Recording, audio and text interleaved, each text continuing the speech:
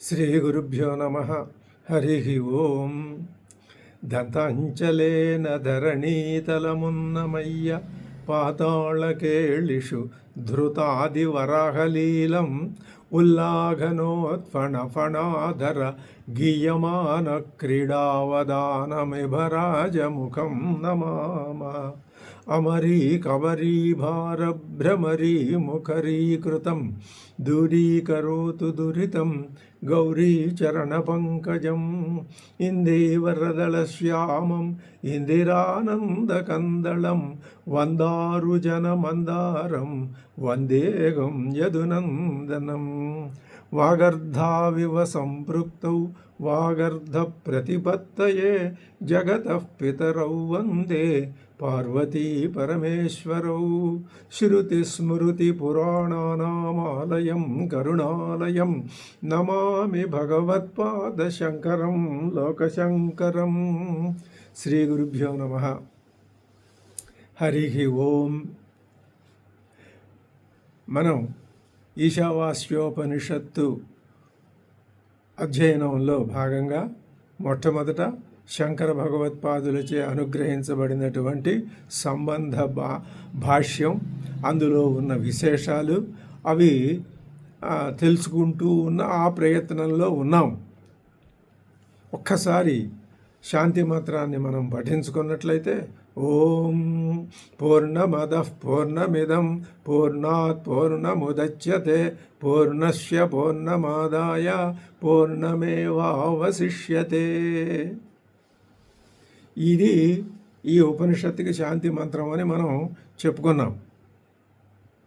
అయితే భగవత్పాదులు సంబంధ భాష్యాన్ని ప్రారంభించి ఈ వాజస్నేయ సంహితలో ఇప్పటిదాకా 39 అధ్యాయాలు పూర్తయినాయ్యా. అవన్నీ విధి విహితమైనటువంటి కర్మకాండ ఏ విధంగా నిర్వహించాలో, ఆ ఫలితాలు ఎలా ఉంటాయో అవన్నీ వాటిని గురించి విపులంగా వివరించి చెప్పింది. 40వ అధ్యాయం ఇది కేవలం దీనికి ఈశావాస్య ఉపనిషత్ అని పేరు. ఈ ఉపనిషత్తు సంహితలో ఆఖరి నుండి చివరి నుండి వేదం యొక్క చివరి భాగంలో ఉంది కాబట్టి దీనికి వేదాంతం. వేదాంతం అంటే ఉపనిషత్తులు అనే అర్థం అందుకనే వచ్చింది అని పెద్దలు చెప్తారు. ఇది 40వ అధ్యాయం ఈశావాస్యోపనిషత్తు. ఇందులో కేవలం 18 మంత్రవర్ణాలే ఉన్నాయి. మరి కేవలం 18 అంటే ఇది వేదానికి శీర్ష స్థానంలో ఉన్నదన్నమాట, పతాక స్థాయిలో ఉన్నదన్నమాట. చిట్ట చివరి ఇంకా ఈ తర్వాత నువ్వు తెలుసుకోవాల్సిందేమీ ఉండదు. నువ్వు తెలుసుకోవాల్సిందంతా ఇది తెలుసుకోవటంతో పూర్తి అవుతుంది. ఎక్కడ ప్రారంభమైంది? మొదటి అధ్యాయంలో ప్రారంభమై 39 అధ్యాయాలు నీకు చేయవలసిన విధి విధానం అంతా చెప్పి 40వ అధ్యాయంలో చిట్ట చివరి మాట చెప్పేసి వేదం అక్కడికి ఆ సంహితను ముగించింది. ఇది ఈశావాస్యోపనిషత్తుకి భగవత్పాదులు ఏం చెప్పారు అంటే, ఈ 39 వరకు ఉన్న విషయం వేరు, దీంట్లో ఉన్న విషయం వేరు. నువ్వు ఈ 18 మంత్రాలని కూడా ఇది అందులోదే ఒకటే కదా మిగిలిందనే ఉద్దేశంతో తీసుకెళ్ళి దాంట్లో కలిపి ఆ కర్మానుష్ఠానంలో ఈ మంత్రాలను ఉపయోగించినందువల్ల ప్రయోజనం లేదు, ఉపయోగించక్కర్లేదు కూడాను. ఇవి కర్మసు ఉపయోగించబడవు, కర్మసు అవినియుక్తాః అన్నారు. ఇవి మరి దేనికి ఉపయోగిస్తాయండి అని అడిగితే జ్ఞాన మార్గాన్ని తెలుసుకోవడానికి ఉపయోగిస్తాయి. నీ ఆత్మ చైతన్యాన్ని పెంపొందించుకొని నేను అనేటటువంటి సంకుచిత భావాన్ని విడిచిపెట్టి నేను అనే విశాల భావాన్ని నువ్వు గ్రహించటానికి ఈ 18 మంత్రాలు ఉపయోగపడతాయ్యా. దానికే ఆత్మ యాథాత్మ్యము అనే పేరు పెట్టి మేము చెప్పాము. ఆ ఆత్మ యొక్క యాథాత్మ్యాన్ని గురించి కూడా నీకు ఆ లక్షణాలు కూడా చెప్పాము. ఏమిటి ఆ లక్షణాలు అంటే అవి శుద్ధత్వం, అపాప విద్ధత్వం, ఏకత్వం, నిత్యత్వం, అశరీరత్వం, సర్వగతత్వం అనే లక్షణాలు చెప్పాం కదా. అటువంటిది ఆత్మ. దీనికి ఇవి ఈ ఈ ఈ 6 లక్షణాలు మనకి అనుభవంలో లేవు. భగవత్పాదులకి ఈ విషయం తెలుసు, అనుభవంలో లేవు. నువ్వు అనుభవంలోకి తెచ్చుకోవాలి. నీకు అనుభవంలో ఏమున్నాయి? నువ్వు శుద్ధత్వం నేర్చుకోవాలి అంటే అశుద్ధత్వం అనుభవంలో ఉంది. నువ్వు అపాప విద్ధత్వం తెలుసుకోవాలి అంటే నీకు పాప విద్ధత్వం అనుభవంలో ఉంది. ఇలా ఈ 5ంటికి 6ంటికి 6 విషయాలు అనుభవంలో ఉన్నాయి. పూర్ణస్య పూర్ణమాదాయ పూర్ణమేవావశిష్యతే అనే శాంతి మంత్రానికి ఇదే అర్థం. నువ్వు నీ అనుభవంలో ఉన్నటువంటి ఈ భావాల్ని గనక విడిచిపెడితే దీనికి అతీతమైన భావాలు 39 అధ్యాయాల్లోనూ విషయాన్ని బాగా తెలుసుకుని దాన్ని నువ్వు అధిగమించి ఇంకొంచెం ముందుకు వెడితే, దాన్ని విడిచిపెట్టేస్తే 40వ అధ్యాయం నీకు అర్థమవుతుంది. పూర్ణస్య పూర్ణమాదాయ, 2 పూర్ణాలు ఉన్నాయని చెప్పావు. నువ్వు ఇందాక నుంచి కంగారు పడిపోతున్నావు, భయపడిపోతున్నావు, బాధపడిపోతున్నావు. 2 పూర్ణాలు ఏమిటా అని మాకు తెలుసా సంగతి. 2 పూర్ణాలు ఉండవు. పూర్ణం అనేది ఎప్పుడు ఒకటే ఉంటుంది. అది నువ్వేం చేయాలి? రెండవది పూర్ణం అని నువ్వు అనుకుంటున్నావు. ఇదిగో అశుద్ధత్వం, పాప విద్ధత్వం ఇలాంటివన్నీ వీటిని నువ్వు పోగొట్టుకో. ఇవి అపూర్ణాలు, కానీ ఇవి కూడా నీకు పూర్ణంలాగానే కనిపిస్తున్నాయి. ఇందులో నుంచి వీటిని నువ్వు పూర్ణం అనుకున్న ఈ పూర్ణత్వాన్ని అది లాగేసుకుంటే అందులో అది లాక్కోదు. నువ్వే తీసుకెళ్ళి అందులో ప్రవిలాపనం చేసుకోవాలి. చేసుకుంటే అప్పుడు ఒకే పూర్ణత్వం మిగులుతుంది.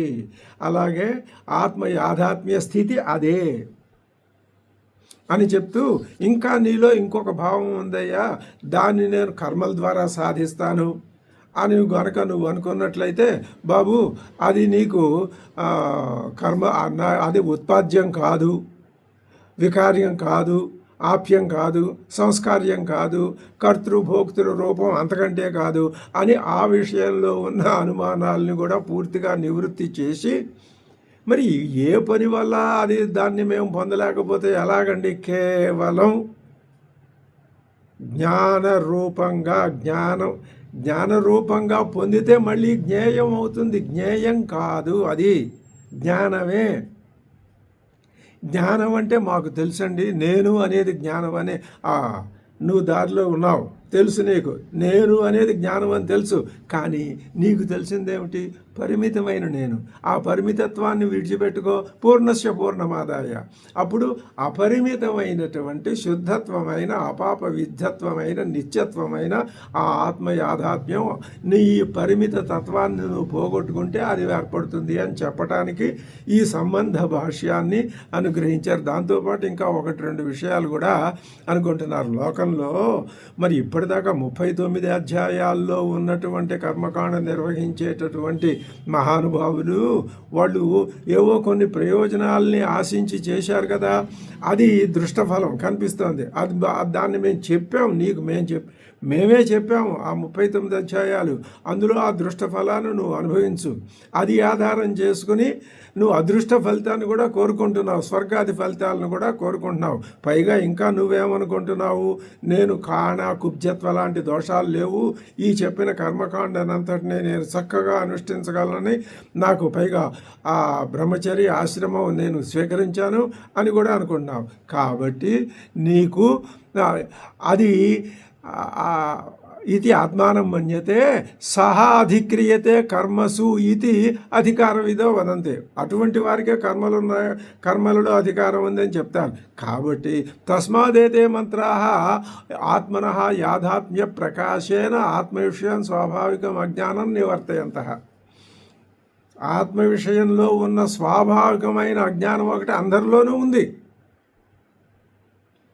కానీ కర్మలు ఆచరించే వాళ్ళల్లో క్రమక్రమంగా పుట్టుకతో అందరిలోనూ ఉంటుంది. కర్మాచరణం వల్ల 99% అంతరించిపోతుంది. ఆ ఒక్క శాతము కూడా ఈ 40వ అధ్యాయాన్ని ఆచరిస్తే ఇది మనం మనం ఈ కర్మాచరణలోనూ లేవు, జ్ఞానాచరణలో ఉన్న ప్రేక్షక పాత్రలో ఉన్నాం. ఈ విషయం తెలుసుకుంటే మనం ఏదో ఒక విధమైన ఫలితాన్ని మనం కూడా పొందవచ్చును. నిర్వహించి అప్పుడు శోకమోహాది సంసార ధర్మాల్ని విచ్చిత్తి పొందింపజేసుకుంటే ఆప్యం సంస్కార్యం ఇలా నేను పొందలేననేటటువంటి భ్రమల్ని కనుక నువ్వు పోగొట్టుకుంటే అప్పుడు నీకు ఈ ఆత్మ యొక్క యాథాత్మ్య స్థితిని తెలుసుకునేటటువంటి అధికారం ఏర్పడుతుంది. ఇక్కడ సంబంధ చతుష్టయం అని, అనుబంధ చతుష్టయం అని 4 కూడా చెప్పారు. కొన్ని ప్రతుల్లో ఆ వాక్యం లేదు, కొన్ని ప్రతుల్లో ఉన్నది. ఆ వాక్యాన్ని మనం గ్రహిద్దాం. ఏమంటున్నారంటే ఇది ఏవం ఉక్త అధికారి అభిధేయ సంబంధ ప్రయోజనవాన్. ఉక్త ఈ విధంగా చెప్పాం. 4 చెప్పుకొచ్చాం. మేము చెప్పిన మా సంబంధ భాషల్లో ఏం చెప్పాము అంటే మొట్టమొదటిది అధికారి. అధికారి ఎవరండి? ఇప్పుడు మీరు చెప్పిన ఈ 40వ అనే కాదు, మొత్తం ఈ వేదం అంతటికీ కూడా దాన్ని తెలుసుకోవలసిన అధికారం ఎవరికి ఉంటుందండి అంటే సంసార నివృత్తిని కాంక్షించేటటువంటి ప్రతి ఒక్కడు అధికారే. కేవలం కర్మానుష్ఠానం వలన పండిపోయిన వాళ్లే అధికారులు అని కాదు. కేవలం కర్మాధికారం విడిచిపెట్టి జ్ఞానం అనే మాటతో వెంపర్లాడుతున్న వాళ్ళు కాదు. ఎవరికి ఉంది అధికారం? సంసార నివృత్తిని కోరే వాళ్ళకి అధికారం ఉంటుంది అని అధికారి అనే మాటకి పెద్దలు అర్థం చెప్పారు. అధికారి ఎవరు అంటే పెద్దలు అర్థం చెప్తున్నారు. ఏమని? సంసార నివృత్తిని కాంక్షించేవాళ్ళు అని. ఒకటి అధికారి. 2 అభిధేయం. అభిధేయం అంటే ఏం చెప్తున్నారండి మీరు? ఏ విషయాన్ని గురించి చెప్తున్నారండి? అది విషయం. అధికారి ఎవరో చెప్పాం. మనం అధికారులమే. మనకి సంసారం నివృత్తి చెందాలనే కోరిక దృఢంగా ఉంది. ఎంత దృఢంగా ఉంది అంటే 100% సుఖమహర్షిలాగా ఉంటే తండ్రి వెనక నుంచి పిలుస్తున్నా కూడా ఆయన వెళ్ళిపోతాడు. మనం అలాంటిది కాదు, కానీ కొద్దిగా ఉంది. ఆ ఉన్నదాన్ని మనం మరీ దాన్ని చల్లారిపోకుండా దాన్ని మనం ఎగదోసుకుంటూ ఈ విధానంలో ముందుకు వెళ్తున్నాం. అవిధేయం అంటే విషయం. ఏమిటి విషయం? ఆత్మయాదాత్మ్యమే అవిధేయం. అది విషయం. ఆత్మ యొక్క అసలు ఇందాకే చెప్పారు ఆ మాట. ఈ ఆత్మ యాథాత్మ్యాన్ని చెప్పటానికే 10 ఉపనిషత్తులు వచ్చినాయి. శ్రీకృష్ణ పరమాత్మ ఉపదేశించిన భగవద్గీత కూడా, అంటే కృష్ణ పరమాత్మ కూడా ఆత్మ యాథాత్మ్యాన్నే ఉపదేశించాడు తప్ప మరొకటి కాదు అని చెప్పారు. అది విషయం. ఇప్పుడు అధికారి, అభిధేయం. ఇంకా 3వది సంబంధం. సంబంధం అంటే అర్థం ఏమిటి? కర్మకాండ చేత ఈ వస్తువు ప్రతిపాదించబడకపోవడమే సంబంధం. కర్మకాండ చేత ప్రతిపాదించబడదు. ఇది దేని చేత ప్రతిపాదించబడుతుంది? సంబంధం. నీకు సంసార నివృత్తి కావాలని ఉంది కదా, దానికి అనుకూలంగా అది సంసార నివృత్తి కోరేవాడే ఆత్మ యాథాత్మ్యాన్ని తెలుసుకోవటానికి ముందుకు వస్తాడు. ఇది సంబంధం. ఆ సంబంధాన్ని తెలియజెప్పే ఆ సంబంధం చెప్పాం. ఇంకా పోతే 3వది 4వది ఏంటయ్యా అంటే, అవునండి ఈ 3 మేము నెరవేర్చాము, మాకు వచ్చే ప్రయోజనం ఏమిటని అడుగుతావా? ప్రయోజనం మోక్షమే. ఆత్మ యాథాత్మ్యం అనేది అనుభవంలోకి రావటమే ప్రయోజనం, అంతకంటే కాదు. ఈ విధంగా అనుబంధ చతుష్టయాన్ని కూడా మేము చెప్పాము. ఇక్కడ సంక్షేపత ఇటువంటి ఈ మంత్రాలు 18 వర్ణాల మంత్రవర్ణాలకి మేము ఏం చేస్తాము అంటే సంక్షేపత వ్యాఖ్యాస్యామ. మేము సంక్షిప్తంగా వ్యాఖ్యానం చెప్తాము, అంటే భాష్యం రాస్తాము. మన అనుమానం వచ్చేస్తుంది మనకి, అదేమిటి భగవత్పాదుల వారు సంక్షేపంగా చెప్తానంటాడేమిటి ఆయన? కాస్త వివరంగా చెబితే మనలాంటి వాళ్ళకి ఇంకా బాగా అర్థమవుతుంది కదా. ఆయన ఉద్దేశం ఎంత సంక్షిప్తంగా అంటే అర్థం కాకుండా మరీ తక్కువగా అని కాదు. ఎంత సంక్షిప్తంగా చెప్పినా అర్థం అవుతుంది, అవగాహన చేసుకోవచ్చు. కాబట్టి మరీ ఎక్కువ చెప్పిన కొద్దీ గ్రంథం విస్తర భీతి అనేది ఉంటుంది కదా. కాబట్టి అది దృష్టిలో పెట్టుకుని అలా చెప్పటం అది ఒక పద్ధతి. సంక్షేపత వ్యాఖ్యాస్యామ. ఈ విధంగా మనం ఇప్పుడు ఈ ఈశావాస్యోపనిషత్తుకి సంబంధించినటువంటి భగవత్పాదులు మొట్టమొదట అనుగ్రహించిన సంబంధ భాష్యాన్ని పూర్తిగా అధ్యయనం చేశాం. తర్వాత మొట్టమొదటి మంత్రవర్ణంలోకి వెళ్తాం. 18 మంత్రవర్ణాలకి భాష్యాన్ని అనుగ్రహించారు శంకర భగవత్పాదులు. మొట్టమొదటి మంత్రవర్ణంలోకి వెళ్ళబోయే ముందు ఒక్కసారి ఈ సంబంధ భాష్యాన్ని సంస్కృత భాషలో ఉన్న దానిని చదువుకుంటూ వెళ్ళిపోదాం.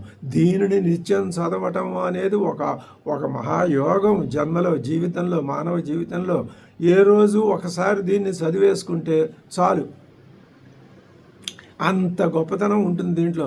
అందుకని మనం ఇక్కడ కూర్చుని ఈ విధమైనటువంటి దీంట్లో ఉన్నాం కాబట్టి, ఈ కమిట్మెంట్లో ఉన్నాం కాబట్టి ఒక్కసారి మొదటి నుంచి ఎవరిదాకా దేంతో సహా శాంతి మంత్రంతో సహా చదువుకుని మొదటి శ్లోకంలోకి వెళ్దాం.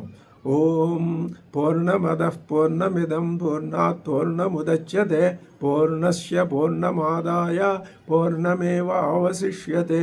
ఓం శాంతి శాంతి శాంతి. ఈశావాస్యమిత్యాదయో మంత్రాः కర్మసు అవినియుక్తాः తేషాం అకర్మశేషస్య ఆత్మనః యాథాత్మ్య ప్రకాశకత్వాత్. యాథాత్మ్యంచ ఆత్మనః శుద్ధత్వ అపాప విద్ధత్వ ఏకత్వ నిత్యత్వ అశరీరత్వ సర్వగతత్వ ఆది వక్ష్యమాణం. తచ్చ కర్మణా విరుధ్యేత ఇతి యుక్తః ఏవ ఏషాం కర్మసు అవినియోగః. నహి ఏవం లక్షణం ఆత్మనః యాథాత్మ్యం నహి ఏవం లక్షణం ఆత్మనః యాథాత్మ్యం ఉత్పాద్యం వికార్యం ఆప్యం సంస్కార్యం కర్తృభోక్తృరూపం వా ఏన కర్మశేషత స్యాత్. సర్వాసాముపనిషదాం ఆత్మయాథాత్మ్య నిరూపణేన ఏవ ఉపక్షయాత్. గీతానాం మోక్షధర్మాణాంచ ఏవం పరత్వాత్. తస్మాత్ ఆత్మనః అనేకత్వ కర్తృత్వ భోక్తృత్వాది చ అశుద్ధత్వ పాప విద్ధత్వాది చ ఉపాదాయ లోకబుద్ధిసిద్ధం కర్మాణి విహితాని. యో హి కర్మఫలేన అర్థి దృష్టేన బ్రహ్మవర్చసాదినా అదృష్టేన స్వర్గాదినా చ ద్విజాతిరహం న కాణకుబ్జత్వాజ్జనధికార ప్రయోజన ధర్మవాన్ ఇది ఆత్మానం మన్యతే సహాధిక్రియతే కర్మసు ఇది అధికారవిదో వదంతి. తస్మాత్ ఏతే మంత్రాः ఆత్మనః యాథాత్మ్య ప్రకాశనేన ఆత్మవిషయం స్వాభావికమజ్ఞానం నివర్తయంతః శోకమోహాది సంసార ధర్మ విచ్ఛిత్య సాధనం ఆత్మైకత్వాది విజ్ఞానం ఉత్పాదయంతి. ఇత్యేవం ఉక్త అధికార్యభిధేయ సంబంధ ప్రయోజనవాన్ మంత్రాన్ సంక్షేపతః వ్యాఖ్యాస్యామః. ఇది శంకర భగవత్పాదుల యొక్క సంబంధ భాష్యం. దీని గురించి మనం పూర్తిగా చక్కగా క్షుణ్ణంగా మనకి ఎంతవరకు శక్తియుక్తులు ఉన్నాయో అంతవరకు మన పరిమితులను అధిగమించి ఎవరూ పోలేరు కదా. కాబట్టి దాన్ని మనం అవగాహన చేసుకున్నాం. చేసుకున్నది అత్యల్పం, చేసుకోవలసినది అత్యధికం. ఎప్పుడు ఈ దృష్టి ఉండాలి, అంతే కదా. అంతేగాని వ్యతిరేక దృష్టి పనికిరాదు. ఇప్పుడు మొట్టమొదటి మంత్రవర్ణం. ఓం ఈశావాస్యమిదగుం సర్వం యత్కిం చ జగత్యాం తేన త్యక్తేన భుంజీధాః మా గృధః కస్య స్విద్ధనం. ఇది మొదటి మంత్రవర్ణం. దీనికి పదచ్ఛేదం తెలుసుకోవటం అనేది సంస్కృత భాష అభ్యసనలో ఒక గురువులు ఉపదేశించే మొట్టమొదటి. ఎందుకంటే ఆ శ్లోకంలో ఆ పదాల స్వరూపం తెలియందే పదవానికి అర్థం తెలియదు. పదాల స్వరూపం ఎలా తెలుసుకోవాలి? సంధులు ఉంటాయి. సమాసం అంతా ఒక కట్టకట్టి కొన్ని 1, 2, 3 ఒక్కోసారి 4 పదాలు కూడా ఒక సమాసంలో కట్టగా ఉంటాయి. తర్వాత 2 పదాలు ఒక్కొక్కసారి ఒక సంధిలో బిగిసిపోయి ఉంటాయి. వాటిని విడదీసి ఆ సమాసాన్ని సమాసంగా, సమాసాంతర్గతంగా ఉన్న చిన్న పదాలను విభక్త్యంతాలు లేకుండా కేవలం ప్రాతిపదికలుగా ఉన్నటువంటి ఆ సమాసాలని కేవలం ప్రాతిపదికల రూపంలో తెలుసుకోవడం, ఇలాంటి చిన్న చిన్న విషయాలు పాటిస్తే మనకి ఆ శ్లోకంలో ఉన్నటువంటి పదాలు ఏమిటో ముందు అర్థానికి వస్తాయి. ఆ తర్వాత రెండవది చేయవలసిన పని వీటికి అన్వయం అంటే కర్త కర్మ క్రియ అనే వరుసలో ఉండవు. అవి ఛందస్సును బట్టి కదా. ఇది పైగా వైదిక ఛందస్సు. వైదిక ఛందస్సులో ప్రయోగించబడిన ప్రయోగాలకి ఇవేమిటి, ఇలాంటివి లోకంలో లేవే అనే అది చర్చ, ఆ మీమాంస పనికిరాదు. వైదిక ఛందస్సులో ఏది ప్రయోగించబడితే దాన్ని స్వీకరించడమే తప్ప వేరే ఆలోచన ఉండకూడదు. కాబట్టి ఇప్పుడు మనం పదచ్ఛేదం చూస్తే ఈశా వాస్యం ఇదగుం సర్వం యత్కించ జగత్యాం జగతు తేన త్యక్తేన భుంజీధాః, అక్కడ విసర్గ వస్తుంది. మా గృధః కస్యస్విత్ ధనం, ఇది పదచ్ఛేదం. ఇప్పుడు శంకర భగవత్పాదుల వారు ఏం చేస్తారంటే, ఆయన మంత్రవర్ణాలకు భాష్యంలోకి వస్తున్నాం కదా, దాని గురించి ఒక్క చిన్న మాట, ఆయన ఏ డైరెక్షన్స్ పాటిస్తాడో అవి మనం చిన్నగా తెలుసుకుంటే మనకు చాలా దారి తెలిసిపోతుంది. ఏమిటి, అక్కడ ఉన్నటువంటి మంత్రవర్ణం యొక్క మొదటి మాటను ఉదాహరించి ఇది దీనికి అంటాడు, ఈశా ఇది అంటాడు. అంటే ఈశావాస్యం అనే మంత్రానికి రాస్తున్నారని అర్థం. అది అక్కడికి అది అయిపోయింది. తర్వాత ఏం చేస్తాడు ఆయన అంటే, అక్కడున్న ప్రతి పదాన్ని విడగొట్టి దానికి అర్థం పక్కనే. అయితే మనకి ఇప్పుడు ఈ 10వ తరగతి గైడుల్లో వాటిల్లో ఉన్నట్టు ప్రతిపదార్థం అంటే ఈజ్ ఈక్వల్ టు పెట్టి అలా రాయటం అలా ఉండదు. ఇక్కడ అన్నీ కలిపి రాసేస్తారు. మూలంలో ఉన్న పదం మీరు భాష్యం మొత్తం చూసుకున్నట్లయితే అండర్లైన్ చేస్తే కొంతమంది ప్రింటర్స్ ఏం చేస్తారంటే, మూలంగా ఉన్న పదాల క్రింద పదాలని కొంచెం బండ అక్షరాలతో ప్రింట్ చేస్తారు, మిగతా వాటిని వేరే రకమైన అక్షరాలతో. కొంతమంది అది పాటించరు. మనం తెలుసుకోవాలి. అలా లేని పుస్తకాలు దొరికితే మనం ఏం చేయాలంటే పెన్ను తీసుకొని మూలంలో పదాలు ఎక్కడెక్కడ ఉన్నాయో వాటిని అండర్లైన్ చేసుకుంటూ వెళ్ళిపోతే భాష్యంలో మొత్తం శ్లోకం కనిపిస్తుంది. ఆ మూలంలో ఉన్న పదం, దానికి అర్థం, దాని విశేషాలు ఉంటాయి. తర్వాత ఇంకో పదం ఎక్కడిది మూలంలో అది వస్తుంది. అంటే మూలంలో ఉన్న ఒక పదం తీసుకుంటే మళ్ళీ తర్వాత తీసుకునే పదానికి మధ్యలో ఉన్నదంతా ఈ మొదటి పదానికి సంబంధించిన విషయమే అని మనకు అర్థమవుతుంది. అంటే ఇప్పుడు ప్రతిపదార్థం రాసినట్టు, దండాన్వయం రాసినట్టు, తాత్పర్యం రాసినట్టు అన్నీ రాసినట్లే. అయితే ఇంకొక 2 విశేషాలు కూడా ఉన్నాయి.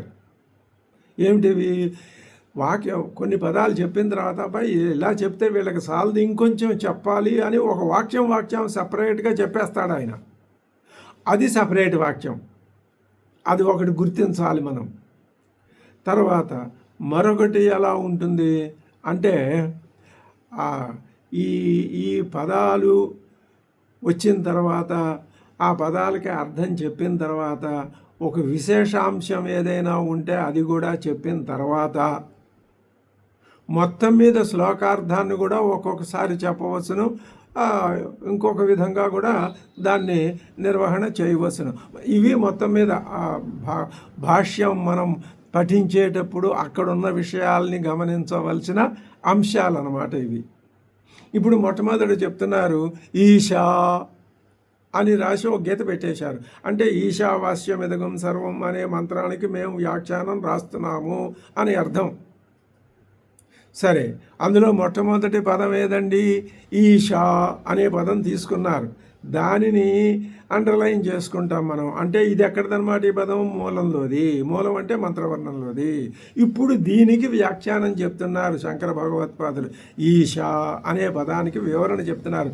అసలు ఈ పదం ఎలా వచ్చిందో చెప్తున్నారు. మనకు తెలుసు లోకంలో ఈశా, ఈశుడు, ఈశ్వరుడు అనే పదాలు మనకు అనుభవంలో ఉన్నాయి. ఈయన ఇప్పుడు ఏం చెప్తున్నారు అంటే, ఈశా అంటే ఆ పదం యొక్క పదము అంటే నామవాచకము, స్త్రీలింగ వాచక పదాలు, పుంలింగ వాచక పదాలు, తర్వాత నపుంసకలింగ వాచక పదాలు, ఇవి 3 రకాలు ఉంటాయి కదా. ప్రతి పదానికి కూడా సంబోధన ప్రథమ విభక్తితో కలిపి విభక్తులన్నీ ఉంటాయి. మళ్ళీ విభక్తుల్లో కూడా ఏకవచనం, ద్వివచనం, బహువచనం. ప్రథమ విభక్తి, సంబోధన ప్రథమ, ద్వితీయ, తృతీయ, చతుర్థి, పంచమి, షష్ఠి, సప్తమి. ఈ ప్రతి విభక్తిలో 3 రూపాలు. ఇది శబ్దం. అది చెప్పబోయే ముందు శబ్దం యొక్క ప్రాతిపదిక, ఆ ప్రాతిపదిక అంతంలో ఏ అక్షరం ఉందో అది ఆ అక్షర రామ, అకారాంతః పుల్లింగ రామశబ్ద అని చెప్తారు. అకారాంతం రామశబ్దం దేంతో అంతమవుతుంది అంటే అకారంతో అంతమవుతుంది. హరి అనే శబ్దం ఉంది, అది ఇకారంతో అంతమవుతుంది. రమా అనే శబ్దం ఉంది, అది ఆకారంతో అంతమవుతుంది. అలాగా ఒక్కొక్క పదం యొక్క అంతంలో వచ్చే అక్షరాన్ని కూడా సూచిస్తారు. అది ప్రథమ విభక్తిలో ఏకవచనంలో ఉంటుందన్నమాట. అయితే ఇంకొక విషయం కూడా తెలుసుకోవాలి. ప్రతి పదానికి మూలమైనటువంటి ధాతు ఒకటి ఉంటుంది. ప్రతి నామవాచకం కూడా ధాతువు మీద నుంచి నిష్పన్నమైందే. ఆ అవ్యయాలు కొన్ని ఉంటాయి, వాటికి అలాంటి పెద్ద రూల్స్ ఏమీ ఉండకపోవచ్చు, అది వేరే సంగతి. ఇప్పుడు ఈ ఈశా అని కదా విభజన చేసి చూపించాం. ఏమంటే ఈశా అని దీర్ఘం పెట్టి కూర్చున్నారు ఏమిటి? ఈశా 2 అక్షరాలు, ఈశా 2 అక్షరాలు. ఇది ఏ విభక్తి ఏమిటండి? అర్థం కావట్లేదు. అదే అందుకనే ముందు ప్రాతిపదిక చెప్తాం మీకు, వినండి అంటున్నారు. ఈట్, ఈష్టే, ఇది ఈట్. ఈష్టే అంటే అర్థం ఏమిటి అంటే ఈశనం చేస్తాడు, అంటే శాసిస్తాడు. కాబట్టి ఏమంటారు ఆయన్ని? ఈట్ అంటారు. ఏదైతే శాసనం చేస్తుందో అది ఈట్. అది సంస్కృతంలో ఉన్న శబ్దం ఈట్. అంటే ఇది ఈశా అనేది శబ్దం. ఇప్పుడు ఇది ఈశిత, తేన ఈశ. ఈష్టే ఇది ఈట్. ఈట్ అనేది ప్రథమ విభక్తి ఏకవచనంలో ఈట్ అని ఉంటుంది. తర్వాత తృతీయ విభక్తి ఏకవచనంలో ఈశా అని ఉంటుంది. అందుకనే తేన ఈశా అన్నారు. తేన అంటే తృతీయ విభక్తి ఏకవచనం అని అర్థం. ఈట్ అని ప్రథమ విభక్తి ఏకవచనంలో ఉంటే ఈశా అని తృతీయ విభక్తి ఏకవచనంలో ఉంటుంది. ఈశా అంటే అర్థం ఏంటి? తృతీయ విభక్తి అర్థం చెప్పుకోవాలి ఇప్పుడు. అంటే అర్థం ఏంటనమాట? పరమేశ్వరుడు ఆయన చేత. ఈట్ అంటే ఈశ్వరుని చేత అని, ఈశ్వరుని చేత. ఈ ఈట్, ఈశా తృతీయ విభక్తి చెప్పారు, ఈశ్వరుని చేత అనే అర్థం మాకు వచ్చింది. ఈశా అంటే ఈశ్వరుని చేత అని అర్థం వచ్చింది. ఈశ్వరుడు అంటే ఏం పని చేస్తాడండి అంటే ఈశిత పరమేశ్వర. ఇంకా మొట్టమొదటి ఈశా అనే శబ్దానికే చెప్తున్నారు భగవత్పాదులు. ఈశిత అంటే అర్థం పరమేశ్వర, ఆయన కంటే శాసించేవాడు ఇంకొకడు లేడు. అంటే అర్థం ఏమిటి? దీనికి వివరంగా చెప్పుకుంటే మనకి ఏది తెలుస్తుంది అంటే ఈ కనిపించే సృష్టి, యావత్ సృష్టి, ఈ కంటికి కనిపించేది, కంటికి కనపడేది మొత్తం, ఈ బ్రహ్మాండం అంతా ఇది అంతటినీ కూడా ఒకానొక పద్ధతి ప్రకారం నడుస్తున్నదని అందరూ తీరాల్సిందే, అందరూ ఒప్పుకోవాల్సిందే. ఇది ఒప్పుకోని వాళ్ళు ఎవరూ ఉండరు. ఇది నడుస్తుంది అంటే ఒక పద్ధతి దాన్ని నడిపిస్తున్నది అని అర్థం. ఆ నడిపించే పద్ధతే అదే ఈశా పరమేశిత. అది ఒక మనిష, ఒక శక్తి, ఏది ఇవన్నీ అదే జ్ఞానం, వేదాంతం. ఆత్మ యాథాత్మ్యం అదే, అది వదిలిపెట్టకూడదు మనం. మనం బస్సు ఎక్కి కూర్చుని ఒక టికెట్ ఇస్తాడు కండక్టర్, అది తీసుకుని జేబులో పెట్టుకుంటాం కదా. అలాగే మనకి ఇచ్చిన టికెట్ ఏమిటయ్యా అంటే ఆత్మయాథాత్మ్యం అనే ప్రయాణం చేస్తున్నాం, అది మన జేబులో ఉంది. మాటికి అది మనం చూసుకుంటూ ఉంటాం, వదిలిపెట్టాం. ఇప్పుడు మనం ఈశిత అంటే దీన్ని అంతటినీ శాసించే ఒక పద్ధతో, ఏదో ఒక విషయం ఉండాలి, ఒక అతీతమైంది ఏదో ఉండాలి కదా, దీనికంటే అతీతమైందే కదా దీన్ని శాసించేది, అంతే తప్ప దీనికి లోబడింది దీన్ని ఏం శాసించగలదు, లేదు కదా లౌకిక ధర్మాన్ని అనుసరించిన. కాబట్టి దాన్ని ఆ శక్తిని మేము ఏమని పేరు, మీరు భగవంతుడు అనండి, దేవుడు అనండి, వెంకటేశ్వరుడు సగుణ రూపంగా చెప్పండి, నిర్గుణ రూపంగా చెప్పండి, ఏ రూపంగానైనా చెప్పండి, ఏ రూపంగానైనా దాన్ని కొలవండి, పూజించండి, భావించండి, ధ్యానించండి, ఏదైనా చెయ్యండి, అది ఒకటే, అదే ఆత్మ. ఇప్పుడు మనకి ఆత్మ యాథాత్మ్యం అంటే బోధన ప్రారంభమవుతోంది. ఉపనిషత్తే చెప్తోంది. పరమేశ్వర ఈశిత ఎవరు, భగవత్పాదులు చెప్తున్నారు క్లారిఫికేషన్. పరమేశ్వర ఏం చేస్తాడు ఆయన, పరమాత్మ సర్వస్య. అది ఈ పరమేశ్వర అన్నారు, బాగుందండి. పరమాత్మ సర్వస్వ ఏమిటి, ఈ సర్వస్వ ఏమిటి, పరమాత్మ ఏమిటి? పరమాత్మ సర్వస్వ అంటే దీన్ని ఇడిదిప్పి చెప్పుకోవాలి. సర్వస్వ పరమాత్మ, సర్వానికి పరమాత్మ, పరమ ఆత్మ. ఇక్కడ మనం కొంచెం వివరించి చెప్పుకోవాలి. ఇప్పుడు ఉదాహరణకి స్త్రీలు కంఠంలో ధరించే కంఠాభరణం ఒక నెక్లెస్ ఉంది, చక్కటి డిజైను, అందులో రత్నాలు, ముత్యాలు ఇలాంటివన్నీ ఉంటాయి. మంచి అందంగా ప్రకాశిస్తూ కనుల పండుగగా ఉంటుంది, దృష్టిని ఆకర్షిస్తుంది ఆ నెక్లెస్. అది కనిపిస్తోంది, తన యొక్క బాహ్యమైన ఆకారం చేత మనల్ని బాగా ఆకర్షిస్తోంది. ఇది భావపూర్వకంగా సాభిప్రాయంగా చెప్తున్న మాట ఇది. ఈ సృష్టి కూడా మన అలాగే ఆకర్షించేస్తుంది. మన తీసుకెళ్ళి అందులో పడేసేవి మన దగ్గర ఉన్నాయి. ఆ నెక్లెస్ ఏం చేస్తుంది? కానీ ఆ నెక్లెస్ యొక్క యథార్థ స్వరూపాన్ని ఆలోచించండి.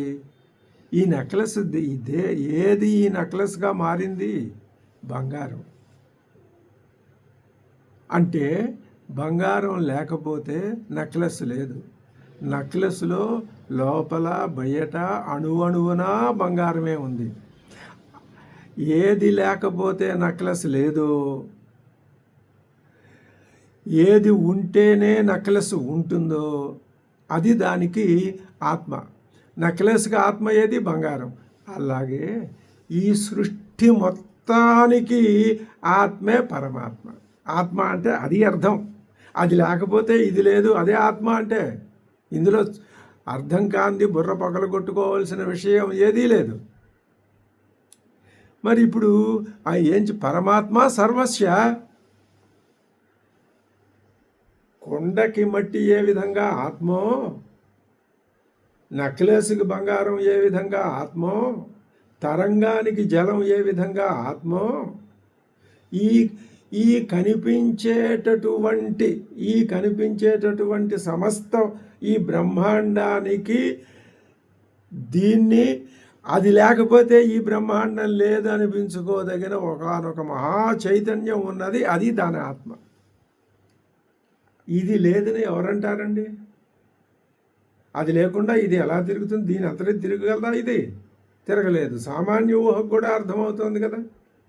కాబట్టి ఇప్పుడు మనకి భగవత్పాదులు దేన్ని చూపిస్తున్నారు అంటే పరమాత్మ సర్వస్య, అదే ఆత్మ యొక్క యాథాత్మ్యం. మీరు చెప్పారు, బాగానే ఉందండి, సర్వస్వానికి ఆత్మ అన్నారు. మరి నేనున్నాను, నాకు ఆత్మ అది నేనేనండి, నాకు ఆత్మ అని నువ్వు అంటావు. ఇది అహంకారం. అహంకారం అంటే గర్వం అని కాదు. అహం అంటే నేను. అవును, నిజమే, నువ్వు చెప్పింది నిజమే. నేను అనేదే నీకు ఆత్మ. మరి ఇంకేమండి, ఆత్మ యాథాత్మ్యాన్ని గురించి చెప్పక్కర్లేదు ఉపనిషత్తు, మాకు తెలుసు. అక్కడే నువ్వు పొరపాటు పడుతున్నావు. నీకు తెలిసింది పరిమితం. అక్కడ శుద్ధత్వం చెప్తే అశుద్ధత్వం మన దగ్గర ఉంది, అపాప విద్ధత్వం చెప్తే పాప విద్ధత్వం మన దగ్గర ఉంది, అక్కడ నిత్యత్వం చెప్తే అనిత్యత్వం నీ దగ్గర ఉంది, అక్కడ కర్తృభోక్తృ రహితత్వం చెప్తే కర్తృభోక్తృ లక్షణాలు నీ దగ్గర ఉన్నాయి. ఇది పరిమితం. ఓహో, అలాగా. ఇప్పుడు నేను నా శరీరానికి నేనే ఈశ్వరుణ్ణి అనుకునే నా భావం పరిమితమా? నువ్వు అలాగాని భయపడిపోయి పారిపోయి ఇదే ఉపసంహరించుకోకు. ఇది పరిమితం కాబట్టి అపరిమితం కూడా నీలోనే ఉండి తీరాలి. ఎందుకని? పరిమితానికి అపరిమితం లోబడి ఉంటుందా? అపరిమితానికి పరిమితం లోబడి ఉండాలా? అపరిమితమైన దానికి పరిమితం లోబడి ఉండాలి. అపరిమితంలో ఎన్ని పరిమితులు గలవెన్నైనా ఉండొచ్చు. అది నీలోనే ఉంది. పరిమిత తత్వము నీలోనే ఉంది, అపరిమిత తత్వం నీలోనే ఉంది. అయితే నీలో ఉన్న అపరిమిత తత్వాన్ని నువ్వు లేదనుకుంటున్నావు. సింపుల్గా చెప్పాలంటే ఒకటే మాట, నాలో ఉన్నదే నేనండి, ఆ అపరిమితం అదంతా నాలో ఏం లేవు అని అనుకుంటున్నావు. నీ ఆత్మ యాథాత్మ్యం అంటే అర్థం అది. నీలో లేదనుకుంటున్నావుగా, అది యథార్థం కాదనుకుంటున్నావుగా. నీలో ఉందని చెప్పటమే కృష్ణ భగవానుడు చేసింది భగవద్గీతలో. చూడండి ఎంత చక్కగా భగవత్పాదుల యొక్క భాష్యం మనకి మన మనస్సులో ఉన్నటువంటి అజ్ఞానం అనే చీకట్లని పటాపంచలు చేస్తున్నదో భాష్యం అర్థమవుతున్నది ఇప్పుడు. ఈశిత పరమేశ్వర పరమాత్మ సర్వస్య, అది పరమాత్మ అంటే. ఆయన ఏం చేస్తాడండి? సహాహి సర్వం ఇష్టే, సర్వం సమస్తాన్ని, ఇంకా ప్రతిదీలో సర్వానికి లోబడి ఉన్నదే, సర్వానికి లోబడకుండా ఉన్నది ఏదీ లేదు. నువ్వు ఏది ఉందన్నా అది సర్వంలోకి రావాల్సిందే, ఏది లేదండి అన్నా అది లేనిది కూడా ఇందులోకి రావాల్సిందే, ఉన్నది ఇందులోకి రావాల్సిందే, లేనిది ఇందులోకి రావాల్సిందే, అన్నీ రావాల్సిందే. దేంట్లోకి? ఈ సర్వంలోకి. పూర్ణమద పూర్ణమిదం, ఈ ఇదం అంటే సర్వం. మానవ లోకం ఒక అజ్ఞానంలో ఉంది. ఇదే కరెక్ట్ అండి, దీనికంటే అతీతంగా ఉన్నది అదేదో లేదు అనే వాదం ఉంది. ఉంది లేదు అనే రెండే వాదాలండి. ఇందులో మళ్ళీ రకరకాలు ఉంటాయి. సరే, అవన్నీ తర్వాత ఉపనిషత్తుల్లోకి వెళ్ళినప్పుడు వస్తాయి అవన్నీ. నిజంగా ఇప్పుడు మనం ఈ ఉపనిషత్ అధ్యయనం అన్నది ఒక గొప్ప బృహత్కార్యం, మహత్కార్యాన్ని మన ముందు పెట్టుకున్నాం. ఎవరు నిర్దేశించారు? మనకి మనమే నిర్దేశించుకున్నాం. మన దోవలోనే మనం వెళ్తున్నాం. ఇది ఒక చాలా ప్రయోజనకారి అయినటువంటి విషయం. పైగా ఎంతో పూర్వజన్మ సుకృతం ఉంటేనే కానీ ఇందులో పాల్గొనటం అన్నప్పుడు ఇద్దరు ఉండాలి. చెప్పేవాడు ఉంటే వినేవాడు ఉండాలి, వినేవాడు ఉంటే చెప్పేవాడు ఉండాలి. ఇద్దరు ఉంటేనే కార్యక్రమం పాల్గొనడం అనేది జరుగుతుంది. ఇప్పుడు ఆ కార్యక్రమం మనం చెప్తాం. ఎంతోమంది యూట్యూబ్లో వింటున్నారు. ఆ వినటంలో ఈ చెప్పే మాటల్లో ఏమాత్రం ఆసక్తి కనిపించినా అక్కడ ఆగిపోయి ఏంటి చెప్తున్నాడు ఈయన, చివరిదాకా విందాం, వింటే తప్పే ఉంది, శృతం హరతి పాపాని, వింటే పాపాలు పోతాయి అనే అంటారు. కానీ పెద్దలు వింటే నష్టం వస్తుంది, టైం వేస్ట్ అవుతుందని ఇలాంటి భావనలు ఉండవు కదా. కాబట్టి వింటాం అనే యజ్ఞం ఇక్కడ జరుగుతుంది. ఆయన ఏం చెప్తున్నాడు? ఆయన సహా హి సర్వం ఇష్టే, ఈ సమస్తాన్ని కూడా ఆయన ఏం చేస్తాడు? శాసిస్తున్నాడు. ఇష్టే అంటే ఈశ ఈట్ అంటే శాసిత, ఇష్టే శాసతి, ఇష్టే శాసతి, శాసిస్తున్నాడు. ఏమంటే రోజు ఒక అధికారి, ఒక మంత్రో, ఒక ముఖ్యమంత్రో, ఒక ప్రధానమంత్రో, ఒక అధ్యక్షుడో, మరొకరో ఒక సీఈఓనో ఎవరో ఆయన తన క్షేత్రంలో ఆ రోజు కూర్చుని అన్నింటినీ ఇలా అలా చేస్తాడా? అలా చేస్తే ఆయనకి కర్తృత్వం భోక్తృత్వం వచ్చి పడతాయి కదా. మరి ఏమిటి భగవత్పాదులు ఇదంతా ఈ మాట అంటున్నాడు? ఇష్టే ఆయన శాసిస్తాడని. ఇలాంటి వాటి అర్థాలు తర్వాత చెప్తాడు. మనం ఇది గుర్తుపెట్టుకుందాం చాలు. ఒక చట్టం ఏర్పాటు చేసి అక్కడ పారేసి ఇంక దాని ప్రకారం జరగనేమన్నాడు. తర్వాత ఇప్పుడు అద్భుతమైన విషయాలు. ఇప్పుడు మానవుడు పుట్టి పెరిగిన తర్వాత వయస్సు పెరుగుతూ ఉన్న కొద్దీ అనేక రకాల భావాలు, పుస్తకాలు, పఠనం, ఉద్యోగం, సద్యోగం, ఇతరులతో పరిచయాలు, ఇలాంటివన్నీ జరుగుతూనే ఉంటాయి. కానీ ఇవన్నీ నిత్య జీవితంలో ప్రతి మానవుడి యొక్క జీవితంలోనూ ఇదే జరిగేది. ఇవే భావాలు, ఇవే ఆలోచనలు, ఇదే నడవడి. అయితే ఒకడికి కష్టం, ఒకడికి సుఖం, ఒకడికి ఉన్నతోద్యోగం, ఒకడు ధనికుడు, ఒకడు నిర్ధనుడు, ఇవే ఈ కథలన్నీ మామూలే. అయితే ఇప్పుడు ఈ భావాలున్నాయే, ఉపనిషత్తుల్లో చెప్పబడుతున్న భావాలు నిత్య జీవితంలో నీకు ఎక్కడా వినపడవు. ఒకసారి వినపడితే ఆ రుచి మరిగితే దాన్ని మనం విడిచిపెట్టాం. అందుకైనా ఉపనిషత్తులు చదువుతాం. ఆ మోక్షం పోయిన తర్వాత వస్తుందో పోతుందో మనకేం తెలుసండి? వద్దులే, మోక్షం వస్తుందని ఎవరు చెప్పగలరు? సజీవులైన వాళ్ళు చెప్తే వాళ్ళు సజీవులు కాబట్టి తర్వాత చెప్పింది వాళ్ళు. ప్రాణం పోయిన తర్వాత వచ్చి చెప్పిన వాళ్ళు ఎవరు ఇంతవరకు లేరు. మరి ఏది ప్రమాణం అండి? వేదమే ప్రమాణం. అది అందుకు వేదం యొక్క ప్రామాణ్యం. ఎలాగండి ప్రామాణ్యం? వేదానికి ప్రామాణ్యం ఈ సృష్టి చేసింది భగవంతుడని చెప్తారు. మీరు భాగవతం తీసుకోండి, సృష్టి చేసింది భగవంతుడు, ఆయన చేసేసాడు. ఈ పాయింట్ మనం చెప్పుకోవాలి. జన్మాద్యస్య యతః, ఈ మొత్తం సృష్టి చేసేసాడు. చేసిన తర్వాత ఆయనకు డౌట్ వచ్చిందట. ఎవరికి? పరమేశ్వరుడికి, సృష్టికర్తకి.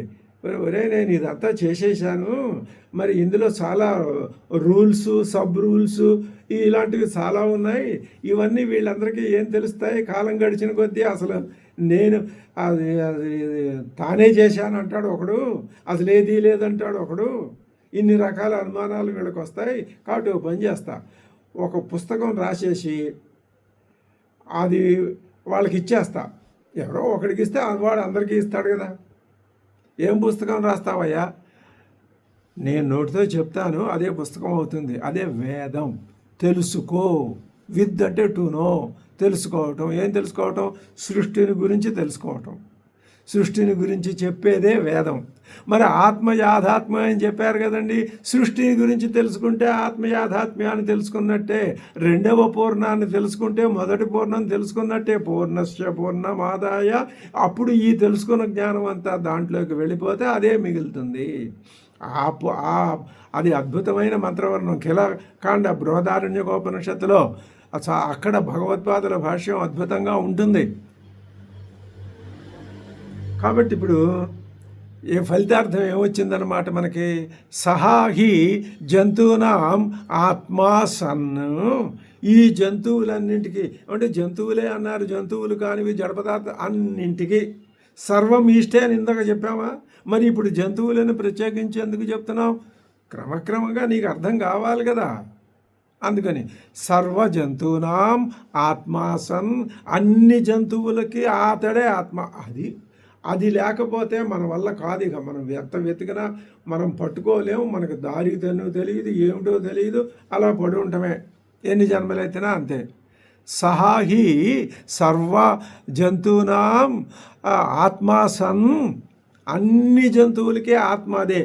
కొండలన్నింటికి, పిడతలన్నింటికి, బాణలన్నింటికి, మూకుళ్ళన్నింటికి, చట్టిలన్నింటికి, ఈ మొత్తం సమస్తానికి సర్వ మట్టి ఏ విధంగా ఆత్మో 100 రకాల ఆభరణాలు, 1000 రకాల ఆభరణాలు, కొత్త ఆభరణాలు కనిపెడతాం. వాటన్నింటికీ బంగారమే ఆత్మ. ఎలాగో సమస్త జంతుజాలానికి, ఇంత చిన్న దోమ దగ్గర నుంచి పెద్ద ఏనుగు దాకా అన్నింటికీ ఆత్మ అదే. ఏది? అది లేకపోతే ఇది లేదు. అది ఆత్మ అని చెప్పాంగా. సర్వజంతువునాం ఆత్మా సన్, అన్నింటికీ తానే ఆత్మ అయి ఉండి ఏం చేస్తాడు? సర్వం ఇష్టే, అంతటినీ శాసిస్తాడు ఆయన. ఆయన అలా ఉంటే చాలు, అంతా ఆ శాసనం అనేది, శాసించటం అనేది జరిగిపోతూనే ఉంటుంది. అక్కడ కర్తృత్వ భోక్తృత్వాలు ఆయనకు ఉండవు. అది వేరే సంగతి, తర్వాత వస్తుంది. ఇప్పుడు మనం ఆ టాపిక్లోకి వెళ్ళవద్దు. సహాహి సర్వం ఇష్టే సర్వజంతువునాం ఆత్మా సన్, అన్నింటికీ ఆత్మ అని మాకెలా తెలుస్తుందండి? మీకు ఎలా తెలుస్తుందని అడుగుతున్నావా? ప్రత్యేగాత్మతయ. భగవత్పాదుల వారు ఏం అద్భుతమైన చిన్న మాటలతో ప్రత్యేగాత్మతయ సర్వం ఇష్టే. ఇది ఆత్మ అన్నారు. ఈష్టే అంటే ఈశ్వరుడు అన్నారు, ఈశిత అన్నారు, ఇక్కడ ప్రత్యేగాత్మ అంటున్నారు. ఇదేమన్నా కొత్తగా ప్రత్యేగాత్మ అండి? కాదయ్యా. ఇందాక మనం చెప్పుకున్నామే నీలో 2 రకాలైన నేనులు ఉన్నాయి అని. ఆ మొదటి నేను ఏం చేస్తుంది? ఎంతసేపు ఎదురుకుండా ఉన్న వాటినే చూస్తుంది తప్ప మరొకదాన్ని చూడలేదు. మరొకదాన్ని కూడా చూస్తారా అండి? చూసే వీలు ఉంటుందా అండి? చూడొచ్చా అండి? చూడొచ్చు. ఎలాగా? ఎదరికి చూస్తే కనపడేది కాదు, వెనక్కి తిరిగి చూడు. ప్రత్యక్ అంటే వెనక్కి చూడటం ఏంటండి? ఇటు కళ్ళు ఇటు వస్తాయా? కాదు, అప్పుడు కళ్ళు ఎతికెక్కాయి అంటారు. అది కాదు. ప్రత్యక్ అంటే ఏది ఇదంతా దేని నుంచి వచ్చిందా అని వెనక్కి తిరిగి దాని మూలాన్ని చూడటం ప్రత్యక్ దృష్టి. అది ప్రత్యక్ దృష్టి అంటే. నీలో ఉంది. ఎలా ఉంది? ప్రత్యేగాత్మ